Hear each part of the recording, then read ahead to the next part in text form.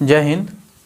तो चलिए जो है इस वीडियो में हम जो 2021 में एग्ज़ाम हुआ था मैट्रिक का, उसका जो है यहाँ पे हम मैथ का क्वेश्चन का सॉल्यूशन करेंगे। ये क्वेश्चन जो है आपके आने वाले एग्ज़ाम जो है उसके लिए काफ़ी इम्पोर्टेंट होगा। तो इस वीडियो को आप पूरा देखिएगा और इसमें जो भी हम इस क्वेश्चन को सॉल्यूशन करेंगे, उसको समझाएंगे, उसको अच्छा से समझिएगा, ठीक है। तो चलिए हम जो है इस पेपर को जो है सॉल्यूशन करते हैं। हमारे पास यहाँ पेपर है जो कि आपका ये एग्ज़ाम हुआ था। तो यहाँ से हम क्वेश्चन देखेंगे और आपको स्क्रीन पर क्वेश्चन दिखाई देगा। आप साथ साथ चाहें तो सॉल्यूशन करके आंसर जो है हमें कमेंट बॉक्स में बता सकते हैं। और चैनल पे यदि आप नए आए हैं तो इसको सब्सक्राइब करके बेल आइकन ऑन कर लीजिए। इस वीडियो को जो है अपने साथियों के साथ शेयर कर दीजिए और भी लोगों तक इस वीडियो को पहुंचाइए ताकि ज़्यादा से ज़्यादा लोग जो है इस चैनल के साथ जुड़ सके और जो है अपना तैयारी को बेहतर बना सके। तो चलिए शुरुआत करते हैं क्वेश्चन से। तो आपके सामने यहाँ पे फर्स्ट क्वेश्चन जो है क्या कह रहा है, एक फिगर दिया हुआ है त्रिभुज ABC करके और उसमें AB/AC जो है आपसे पूछ रहा है। ज़रा सा इसको समझिएगा कि जैसे यहाँ पे एक क्या किया गया है, एक समकोण त्रिभुज यहाँ पे आपके सामने दिया हुआ है। अब यहाँ जो है A दे दिया है और यहाँ पे B है और ये आपका C है। अब आपको पता है यहाँ पे कितना डिग्री का एंगल बनेगा, 90 डिग्री का, तभी ये आपका समकोण त्रिभुज होगा। और आपसे जो है ये पूछ रहा है कि AB/AC बताइए ये किसके बराबर होगा। साथ में यहाँ पे जो है आपको अल्फा एंगल जो है दे दिया है।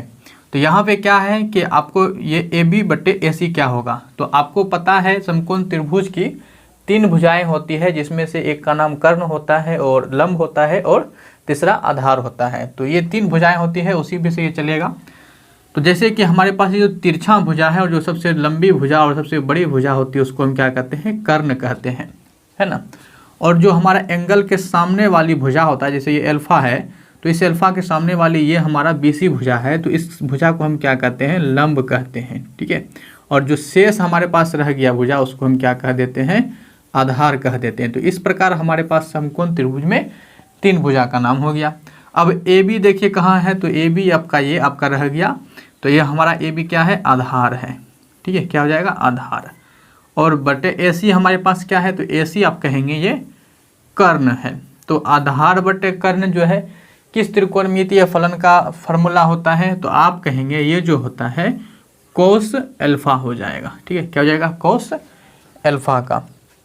तो यहाँ पे आप देख लीजिए कोस अल्फा कहाँ दिया हुआ है, तो आप कहेंगे ऑप्शन B में जो है यहाँ हमारे लिए कोस अल्फा दिया हुआ है। तो इस प्रश्न का जो सही आंसर बनेगा वो क्या बनेगा, कोस अल्फा, ऑप्शन B सही हो जाएगा। समझ गए। तो इस तरह से हमारे पास ये होता है।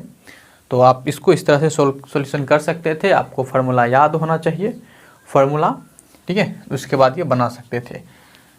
नेक्स्ट क्वेश्चन को चलिए देखते हैं। वीडियो को पूरा देखिए, आपको बहुत ही शानदार और अच्छा क्वेश्चन देखने वाला था। इस क्वेश्चन में सॉल्यूशन करने के लायक कुछ भी नहीं था, बस आपको यदि लंब कर्ण आधार की पहचान आता है तो आप उसको जो है बड़ी आसानी से इसको डील कर सकते थे, ठीक है। तो चलिए आगे क्वेश्चन देख लेते हैं। तो क्वेश्चन आपके सामने क्या कह रखा है कि कोसेक थीटा जो है बराबर दिया हुआ है, जैसा स्क्रीन पर आपको दिख रहा होगा कि कोसेक थीटा बराबर जो है ये आपका कितना दे रखा है, B/A दे रखा है। और आपसे ये पूछ रहा है कि सेक थीटा का मान क्या होगा। आपसे क्या पूछ रहा है, सेक थीटा का मान क्या होगा ये बताना है, ठीक है। तो ये देखिए, अब कोसेक थीटा बराबर हमारे पास कितना है, B/A है। तो B/A है तो कोसेक थीटा हमारे फॉर्मूला क्या होता है, तो आप कहेंगे कोसेक थीटा बराबर होता है कर्ण बटे लंब। क्या होता है, कर्ण बटे लंब। और ये दे रखा है B/A, यानी आप इसको जो है B को कर्ण से रिलेट कर सकते हैं और A को जो है आप लंब से रिलेट कर सकते हैं।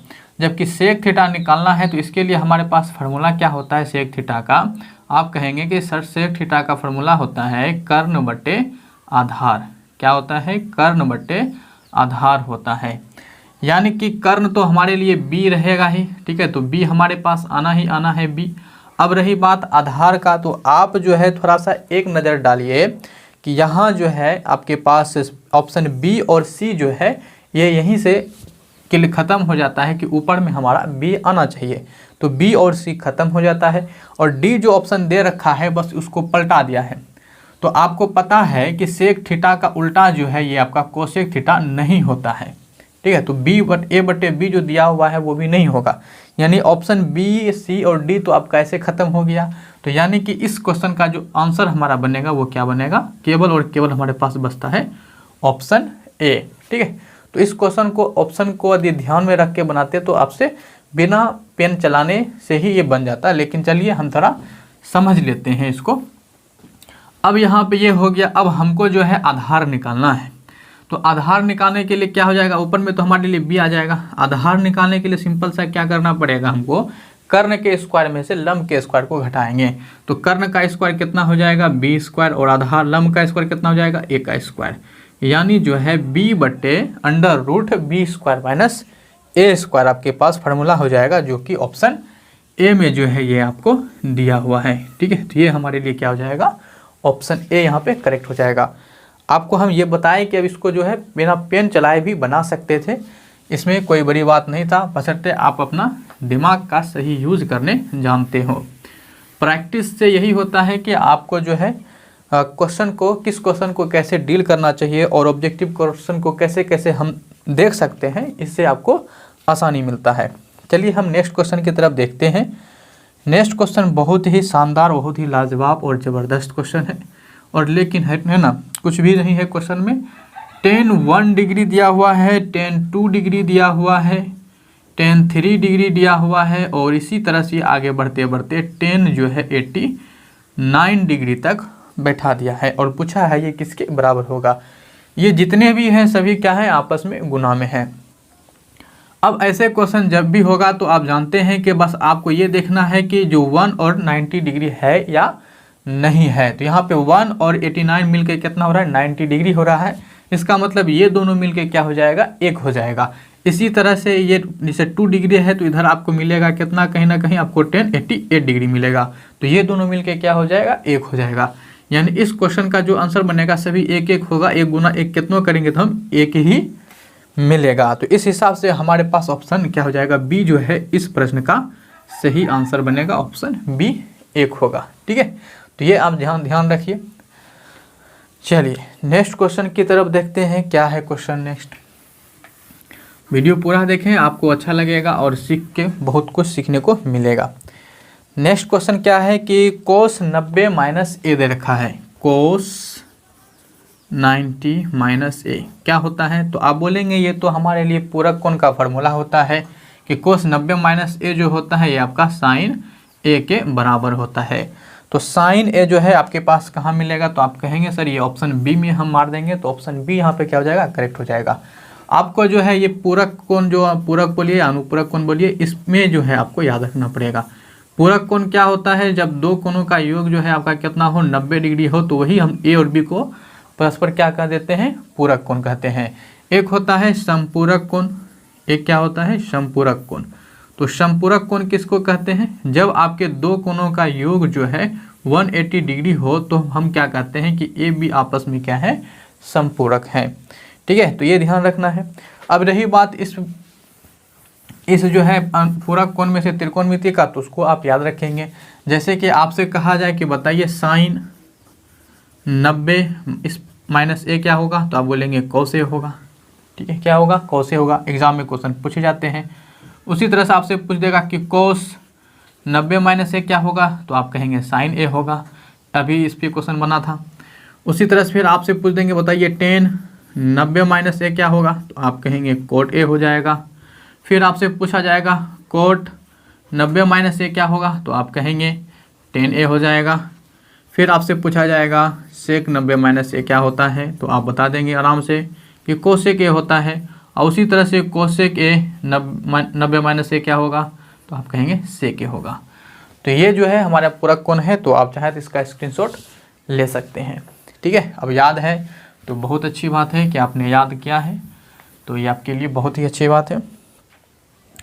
चलिए नेक्स्ट क्वेश्चन की तरफ बढ़ते हैं। नेक्स्ट क्वेश्चन क्या है, कह रखा है यदि a बराबर 35 डिग्री हो, a बराबर जो है 35 डिग्री हो, तो sin a इंटू कोसेक ए क्या होगा, sin a इंटू कोसेक ए क्या होगा, क्या होगा, ये 1 हो जाएगा। क्या हो जाएगा, 1 हो जाएगा, क्योंकि साइन और कोसेक एक दूसरे का क्या होते हैं, उल्टा होते हैं तो ये साइन और कोसेक इंटू कितना हो जाएगा, 1 हो जाएगा। एक तो ये आपका डायरेक्ट फार्मूला होता है, आप इसको याद रख सकते हैं। और लेकिन यदि आप चाहें तो इसको इस तरह से भी सॉल्यूशन किया जा सकता है कि साइन ए है, कोसेक ए को हम क्या लिख सकते हैं, 1/sin ए। तो यहाँ से साइन ए कैंसिल हो जाएगा, तो 1 × 1 1 हो जाएगा। तो इस तरह से आप बता सकते हैं कि ये 1 हो जाएगा, जो कि ऑप्शन जो है आपको कहाँ मिलेगा, सी में जो है, ये ऑप्शन सी में आपको देखने को मिल जाएगा। ठीक है, तो वीडियो को अभी तक आपने लाइक नहीं किया है तो जल्दी से एक लाइक कर दीजिए और वीडियो को लोगों तक शेयर कर दीजिए।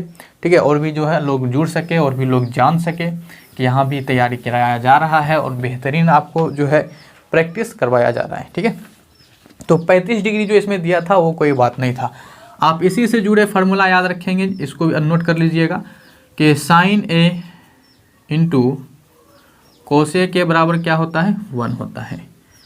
दूसरा कोसेक ए, और कोसेक ए का उल्टा कौन होता है, सेक ए। सेक के बराबर क्या होता है, 1 होता है। और उसी तरह से tan A into cot A क्या होता है, 1 होता है। ठीक है, तो ये आप ध्यान रखेंगे, ये 3 फार्मूला है, बहुत ही इंपॉर्टेंट फार्मूला है। ये व्युत्क्रम फार्मूला में से आपका रिलेशन हो जाता है, जो सबको याद ही रहता है, आपको भी याद होगा। आप चाहे तो इसका स्क्रीनशॉट रिवाइज के लिए ले सकते हैं। चलिए आगे क्वेश्चन की तरफ देखते हैं। आगे आपके सामने क्वेश्चन क्या है उसको ज़रा देखिए। कर रखा है यदि 3θ बराबर 90 डिग्री, क्या कर रखा है कि 3θ इज इक्वल टू 90 डिग्री, तो cos θ का मान बताइए क्या होगा। क्या पूछ रखा है, cos θ का मान। अब यहाँ पे 3θ 90 है तो हम यहाँ से कैंसिल करके ये हमारे पास थीटा का मान कितना जाएगा, 30 डिग्री। तो यहाँ पे cos 30 डिग्री बैठा दीजिए और आपको याद होना चाहिए कि cos 30 का मान कितना होता है, तो आप कहेंगे सर ये तो √3/2 होता है। तो यहाँ पे हमारे पास क्या हो जाएगा, √3/2 जो है इस क्वेश्चन का सही आंसर बनेगा, जो कि यहाँ ऑप्शन ए में जो है ये आपको दिया हुआ है। ठीक है, आपको जो है यहाँ पे डिग्री जो है याद रखना है।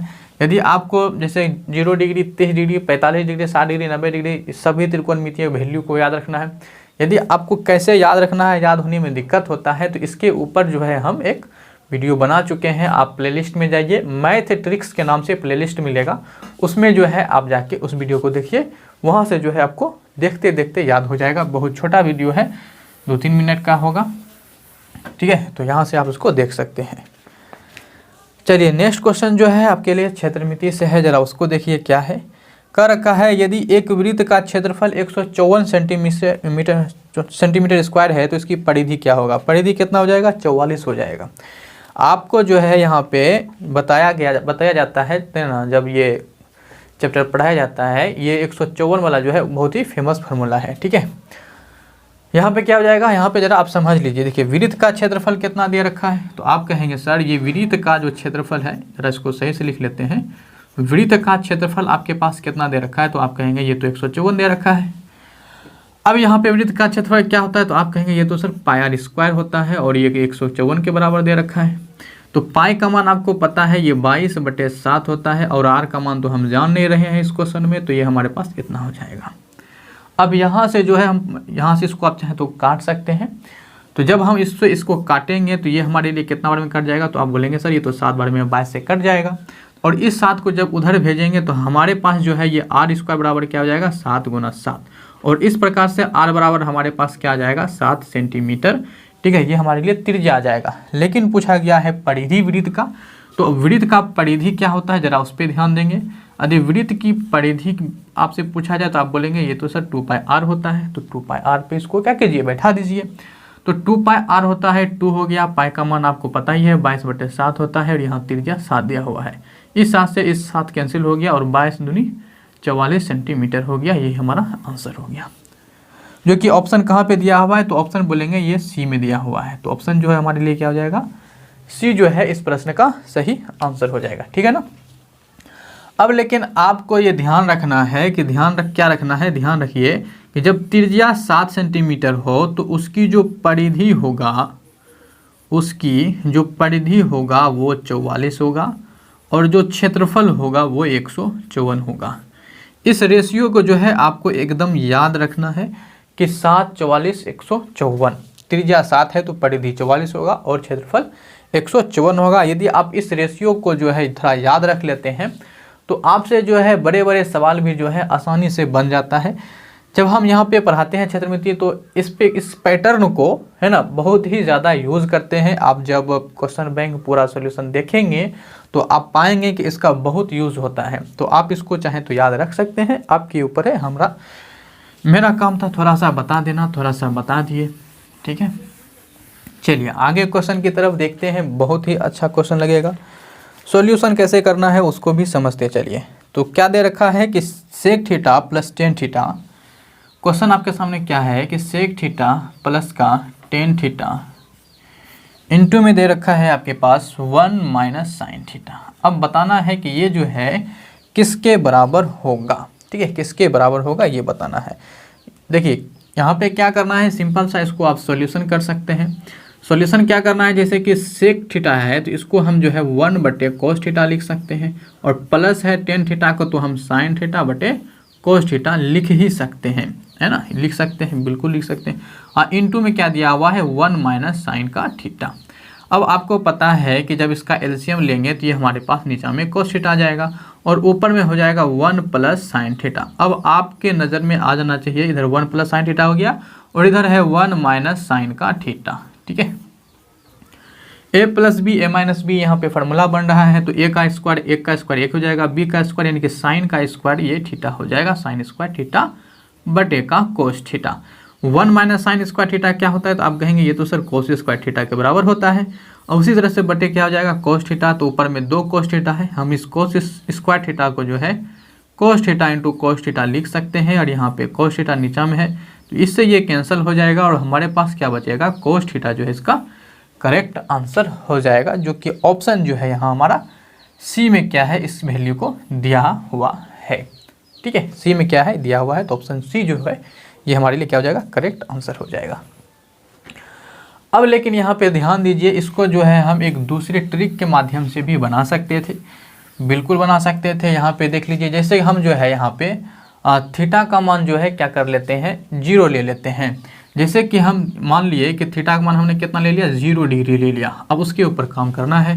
जैसे सेक 0 का मान कितना होता है, तो आप बोलेंगे ये तो 1 होता है, क्योंकि कॉस 0 का 1 होता है तो सेक का भी 1 ही हो जाएगा। 10 का जो है यहाँ पे कितना हो 0 का मान कितना होता है, तब बोलेंगे ये तो 0 होता है। चलिए ठीक है, तो 1 माइनस जो है यहाँ पे साइन 0 का मान कितना होता है, तो ये भी 0 होता है, तो ये 1 प्लस 0 1 ही हो जाएगा, और इनटू का ये 1 तो कितना आ जाएगा 1 जो है हमारे पास ये हो जाएगा। अब यहाँ पे जो है आप वैल्यू बैठा कर थोड़ा सा देख लीजिए कि किसकी वैल्यू, जो आप जैसे कि कोस निकाले थे कोस थीटा था, तो कोस 0 का मान कितना होता है, तो आप कहेंगे 1 होता है। तो इस तरह से जो है यहाँ पे ये सेटिस्फाई कर रहा है, यानी ऑप्शन जो है हमारे लिए कोस यहाँ पे क्या हो जाएगा करेक्ट आंसर हो जाएगा। कई सारे में जो है ये आपका आराम से काम कर जाता है, तो आप कर सकते थे, बाकी जो बेसिक मेथड है हमने आपको बता दिया, ठीक है। चलिए नेक्स्ट क्वेश्चन देखते हैं। वीडियो को जो है लाइक कर दीजिएगा और कमेंट जो है ज़रूर करें कि आपको ये वीडियो कैसा लग रहा है, कैसा लग रहा है इसके बारे में बताएं। चलिए नेक्स्ट क्वेश्चन क्या है कि 9 10 square alpha minus 9 sec square alpha. बहुत ही रिपीटेड क्वेश्चन है, लेकिन इस क्वेश्चन में जो है कुछ खास बात है। खास बात क्या है कि बच्चे इसमें गलती कर देते हैं और डायरेक्ट आंसर जो हम मारेंगे नो। आप भी कहेंगे इसका आंसर नो होगा, तो नो नहीं होगा, इसका आंसर ये नो जो है ये गलत हो जाएगा, ठीक है। क्या हो जाएगा गलत है, आप नो इसका आंसर सोच लिया और दे दिया है फिलहाल, तो ये क्या हो जाएगा गलत हो जाएगा। उसको समझिए गलत क्यों होगा, ज़रा इस पर गौर करने की आवश्यकता है। क्वेश्चन जो है जब है ना जब बोर्ड एग्जाम में सेट करता है, तो वो जिस क्वेश्चन को पहले से रिपीट हो रहा है, तो सेट करने वाले ये परख लेते हैं कि बच्चे के दिमाग में कौन सा क्वेश्चन जो है हूबहू देख के उसका आंसर दे सकता है, तो उसको जो है थोड़ा सा वो क्या कर देता है चेंज कर देता है, थोड़ा सा चेंज। जैसे कि यहाँ पे आप बोलेंगे ये 9 जो है हमें क्या ले लेंगे कॉमन ले लेंगे, तो बचेगा क्या 10 square alpha minus sec square alpha, ठीक है, ये हो जाएगा। अब यहाँ पे ही जो है गड़बड़ हो जाता है कि 10 square minus sec square alpha क्या होता है 1 होता है, नहीं। यहाँ पे आपको ये समझने की आवश्यकता है कि 1 जो होता है वो सेक स्क्वायर अल्फा माइनस का 10 स्क्वायर अल्फा बराबर जो होता है ये 1 होता है, जबकि यहाँ पे 10 स्क्वायर को जो है पहले कर दिया गया है, सेक स्क्वायर को बाद में कर दिया है, यानी यहाँ पे जो इसका वैल्यू होगा वो माइनस का 1 होगा। तो 9 इंटू माइनस का 1 क्या बनेगा -9 बनेगा, और -9 जो है इस क्वेश्चन का सही आंसर बनेगा, जो कि ऑप्शन बी में भी आपको ये दे के भी रखा है, ठीक ठीक है। तो ये क्वेश्चन थोड़ा सा बहुत ही अच्छा क्वेश्चन था, नज़र का फेर था। जिसका नज़र तेज था उन्होंने वो एक बार में देख के समझ लेगा, और जो ज़्यादा कॉन्फिडेंस ओवर कॉन्फिडेंस हो जाएंगे उसका यहाँ पे क्या हो जाएगा, गलत हो जाएगा। ठीक है, चलिए नेक्स्ट क्वेश्चन आपके सामने क्या दे रखा है उसको ज़रा समझ लीजिए। ठीक है, वीडियो लंबा तो नहीं हो रहा है, वीडियो लंबा हो रहा है। ठीक है, तो इस वीडियो को जो है इतना ही रखेंगे, 10 क्वेश्चन हमने किया। फिर आने वाले वीडियो में जो है हम और भी क्वेश्चन को सॉल्व करेंगे और देखेंगे कि क्या कुछ इस क्वेश्चन पेपर में दिया हुआ है, और अच्छे से सॉल्यूशन करेंगे। आप अपना तैयारी जो है एकदम अच्छे से करते रहिए और मेहनत करते रहिए, क्योंकि जितना आप मेहनत करेंगे उसी के हिसाब से रिजल्ट आना है ना। इसीलिए एग्ज़ाम की तैयारी में किसी प्रकार की अपनी तरफ से कसर नहीं छोड़ना है, क्योंकि अपने तरफ से यदि कसर रह जाता है तो रिजल्ट आने के बाद यदि आपको संतोषजनक रिजल्ट या मार्क्स नहीं मिलते हैं तो आप थोड़ा सा निराश हो जाते हैं। इसलिए अपने में कमी को नहीं छोड़ना है, अपने आप खुद कितना एफर्ट लगा सकते हैं वो एकदम भरपूर एफर्ट लगाना है। ठीक है, तो रिजल्ट जो होना है वो हो जाना है, अच्छा ही रिजल्ट होगा। मेहनत करते रहिए, ठीक है, तैयारी करते रहिए। तो इस वीडियो को जो है आप लोग लाइक ज़रूर कर दीजिएगा, कमेंट भी कर दीजिएगा कि आप किस डिस्ट्रिक्ट से, यदि कोई बाहर देख रहे हैं तो आप किस डिस्ट्रिक्ट से हैं, थोड़ा वो डिस्ट्रिक्ट चाहें तो आप बता सकते हैं, नहीं तो नहीं भी बता सकते हैं, आपके ऊपर है। ठीक है, लेकिन वीडियो को जो है शेयर कर दीजिएगा, थोड़ा और भी लोगों तक पहुँचे, वो भी सीख पाए, वो भी थोड़ा जुड़ पाए, और हमारे चैनल में थोड़ा सब्सक्राइब कर दीजिएगा ताकि चैनल भी थोड़ा ग्रो हो सके। ठीक है, तो इस वीडियो को इतना ही रखते हैं, मिलेंगे किसी अगली वीडियो में बहुत जल्द। तब तक के लिए लेते हैं आपसे विदा, जय हिंद।